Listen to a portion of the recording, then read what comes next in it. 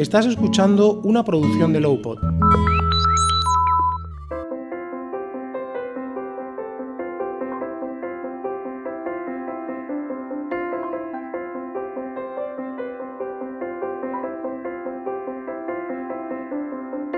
Bienvenidos a un nuevo episodio de Maneja tu dolor, el podcast de Pain Relief en el que hablamos de dolor crónico y en el que queremos ayudar a todas las personas que lo padecen, ofreciéndoles información sobre esta patología y los tratamientos que existen para tratarla. Hoy vamos a hablar del dolor cervical crónico, uno de los dolores más comunes y principales razones del absentismo laboral. Y os recordamos antes de nada, queridos oyentes, que podéis trasladarnos vuestras dudas sobre dolor crónico para que las resolvamos en este podcast, escribiéndonos a contacto@lowpod.es o dejándonos un mensaje en cualquiera de las redes sociales de Pain Relief. Nos encontraréis en Instagram, Facebook, Twitter e incluso LinkedIn, si no me equivoco, con el nombre de Pain Relief SL. Mi nombre es Jorge Molina y hoy nos acompaña de nuevo el doctor Alberto Ríos Llorente, que como ya sabéis es graduado en Medicina por la Universidad Complutense de Madrid, especialista en anestesiología, reanimación y unidad del dolor y que trabaja en el equipo del doctor Abejón. Previamente estuvo trabajando en el Hospital Universitario de Salamanca. Antes de nada, gracias por acompañarnos de nuevo, Alberto. Hola, buenas, ¿cómo estás? ¿Vas a tener que ir a comisión de tantos programas? No. Esto lo hago por los niños, lo hago por los niños. Hablemos antes de nada un poco de la columna cervical, que es el tema que vamos a tratar hoy, como decíamos en esta introducción. La columna cervical, que es la parte más alta de la columna vertebral y está compuesta por un conjunto de 7 vértebras que son las más pequeñas de la columna vertebral. Las cervicales están entre la cabeza y la columna torácica. La cabeza que es un elemento de gran peso, mientras que la columna torácica es un elemento que tiene menos movilidad que el resto de niveles. Y la región cervical es la encargada de mover y situar la cabeza en la posición más favorable, por ejemplo, para llevar a cabo diferentes funciones como pueden ser trabajar, conducir o leer, ¿no? De ahí su importancia. Y si te parece, Alberto, vamos a empezar hablando por lo más básico. El dolor cervical, mucha gente nos pregunta si afecta solo al cuello, si afecta a otras zonas. ¿A qué zonas afecta? ¿Por dónde se puede extender? Claro, el dolor cervical, pues lógicamente afecta a la columna cervical, ¿vale? A todos los músculos que están cerca, o sea, los músculos paravertebrales cervicales y parte también de torácicos, porque al final cuando se contractura una cosa se puede contracturar todo. Uh-huh. Los músculos anteriores del cuello también se pueden contracturar y también puedes tener dolor irradiado, pues no solamente hacia la cabeza, normalmente que coge la zona occipital, que coge el territorio del nervio occipital mayor, que es como toda la parte desde la nuca hasta el ojo, ¿vale? O sea, ahí nos puede dar dolor irradiado, simplemente el dolor articular, pero también, pues igual que en la zona lumbar, que da dolor radicular hacia las piernas, pues las raíces que salen a nivel cervical son las raíces que van a llegar también hacia los brazos y entonces pueden dar dolor hacia los brazos. Uh-huh. Hay gente que se pregunta si puede provocar mareos y cefaleas también. Sí. O sea, quiero decir, la cefalea concretamente es más ese dolor occipital que va por toda la cabeza hasta el ojo, que sí es dolor de cabeza, ¿vale? Pero es como un dolor de cabeza especial, no es como una migraña o un dolor de cabeza cuando tenemos fiebres, es un dolor diferente, es como más compresivo y que justamente recoge el territorio de 1, 2 o 3 nervios que van hacia la zona occipital, que luego nos metemos en ellos.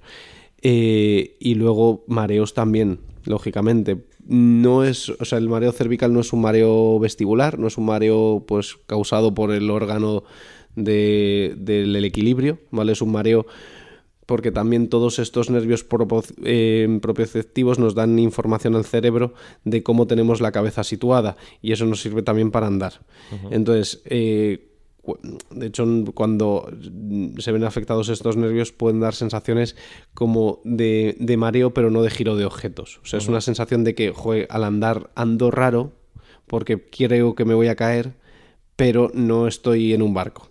Vale. Es difícil y supongo los otorrinos estarán contentos de que hablemos de esto porque hay muchas consultas otorrino en plan de no, oye, mira que me estoy mareando, pero al final el origen del mareo es cervical y no es vestibular, que el vestibular es del órgano del equilibrio. ¿El dolor cervical tiene alguna característica concreta que lo diferencie del resto en cuanto a cómo es este tipo de dolor? Igual que decías ahora de las cefaleas y demás, que se distinguen de las migrañas y otro tipo de dolores de cabeza que podemos padecer cuando tenemos fiebre, por ejemplo, y tal, ¿o es un dolor que no tiene ninguna característica concreta en sí? Claro, al final es lo que hemos estado hablando y luego pues también como lo que contamos en lo de la columna lumbar, pues lo mismo aplicado también a la columna cervical. Puedes tener todos los tipos de dolor, desde dolor neuropático porque tengas un dolor radicular, puedes tener un dolor de articulaciones, puedes tener un dolor de contractura muscular. O sea que al final todos los tipos de dolores también se pueden dar aquí a nivel cervical. Uh-huh. Y si hablamos de las causas, ¿cuál pueden ser las causas? ¿Pueden ser lesiones en partes blandas como músculos, ligamentos, discos o nervios? ¿Puede ser malas posturas durante un largo periodo de tiempo? ¿Cuál pueden ser las causas?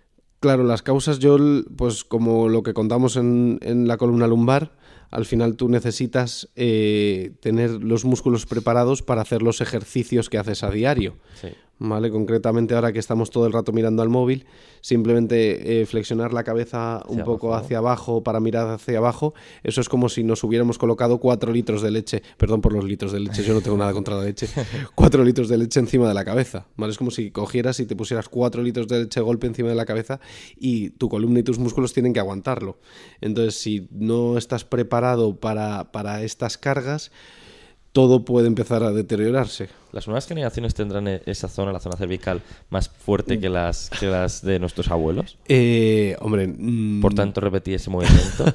No lo sé, no lo sé, es una apreciación que no puede dar para un estudio. Pero a ver, desde luego, o sea, quiero decir, si no haces ejercicio y miras mucho el móvil, pues vas a tener más dolor cervical, eso sí que te lo puedo decir. O sea, a lo mejor el dolor cervical aumenta en porcentaje debido al uso del móvil o tablets o cosas que nos hagan mirar hacia abajo. Uh-huh. O sea, igual que cuando estás en el ordenador, lo mejor es tener, pues eso, la visión que vaya en recto, o sea, que la pantalla no esté baja por esto mismo, que todos los ángulos, el de las rodillas esté en un ángulo recto, el de la espalda también que esté en ángulo recto. O sea, por ejemplo, necesitas tener una silla que te deje estar con las rodillas perfectamente a 90 grados, necesitas reposabrazos para evitar dolor de hombro y todas estas cosas, pues para el cuello lo mismo. O sea, hay que hacer medidas posturales que ahí nos van a ayudar los fisios y los rehabilitadores nuevamente para intentar evitar estos dolores, para prehabilitarse antes de tener una lesión o para rehabilitarse después de haber tenido una lesión. Uh-huh.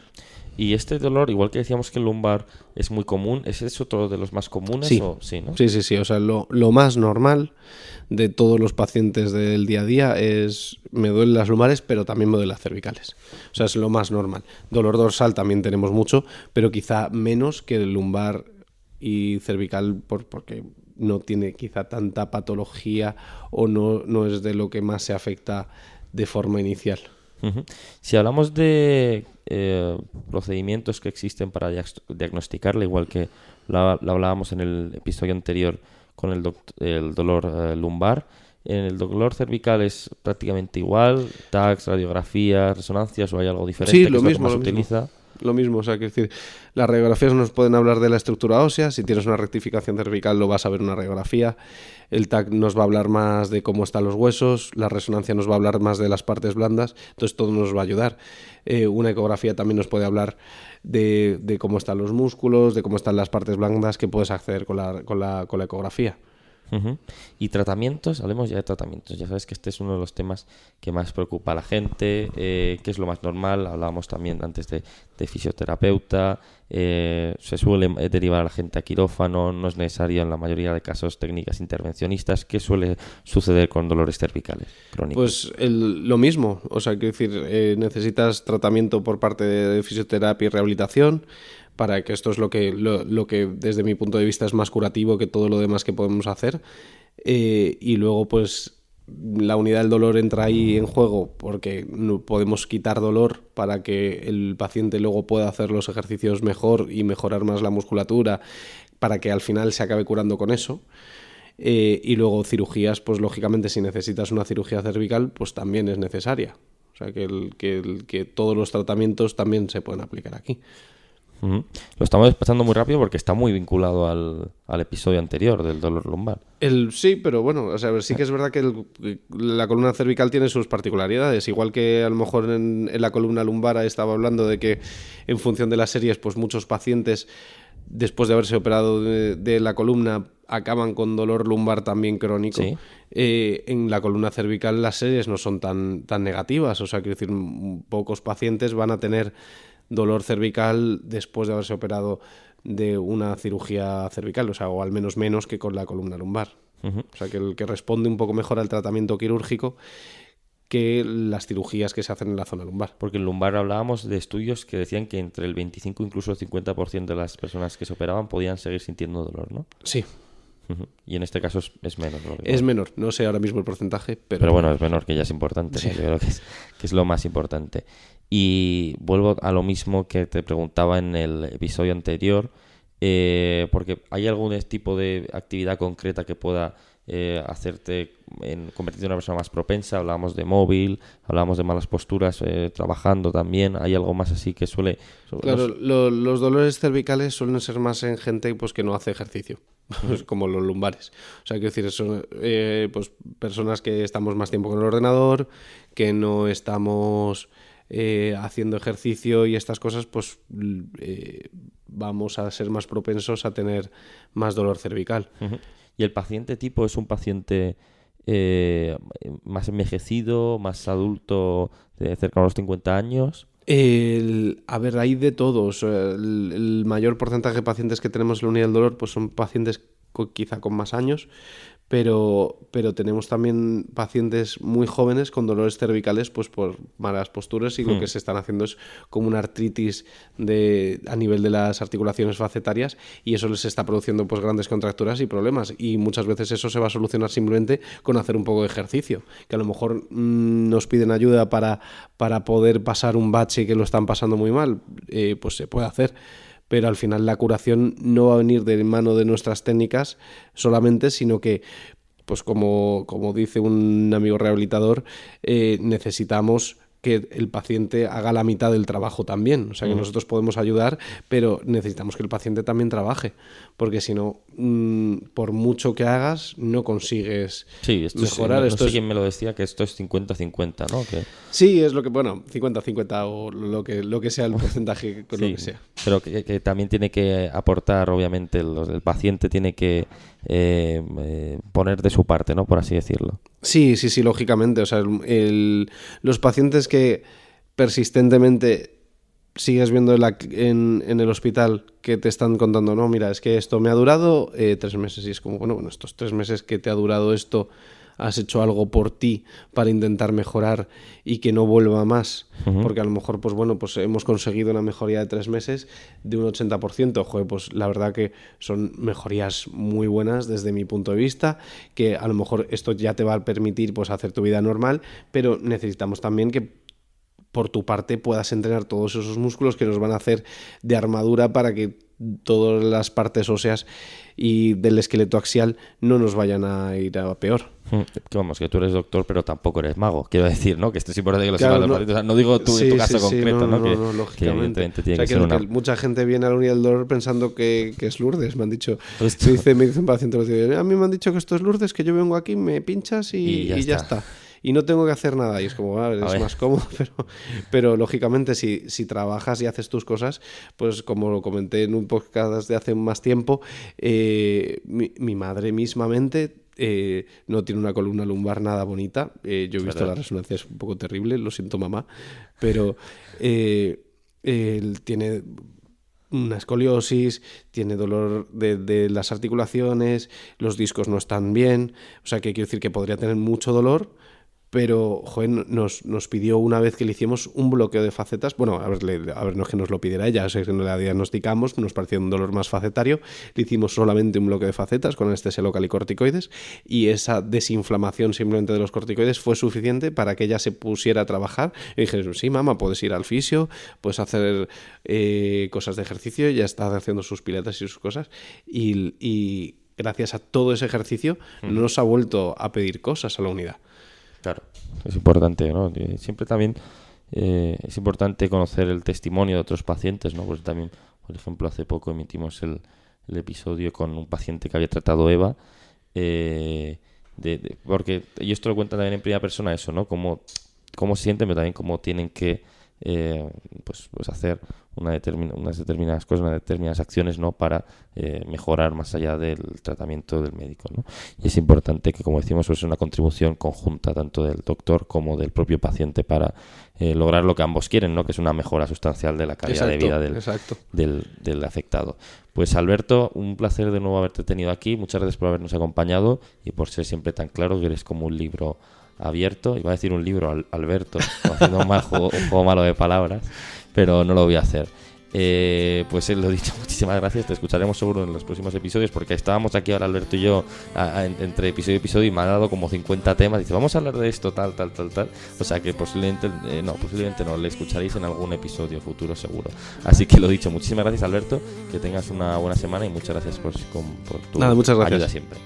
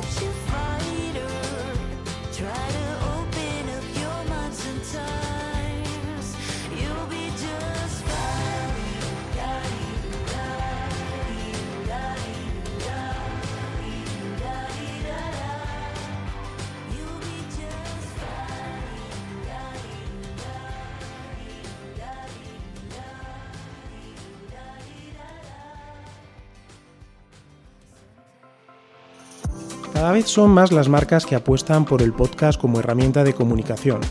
Pero, ¿qué ventajas tiene? Con un podcast le hablas al oído a tu cliente, estableciendo una conexión más directa, cercana y emocional. Un espacio de diálogo que crea comunidad. Aumenta también el recuerdo de tu marca y tu credibilidad. En Lowpod te queremos ayudar. Somos una productora que impulsa tu comunicación a través de la palabra. Para más información visita nuestra web lowpod.es o escríbenos a contacto@lowpod.es. Apuesta por el podcast, apuesta por Lowpod.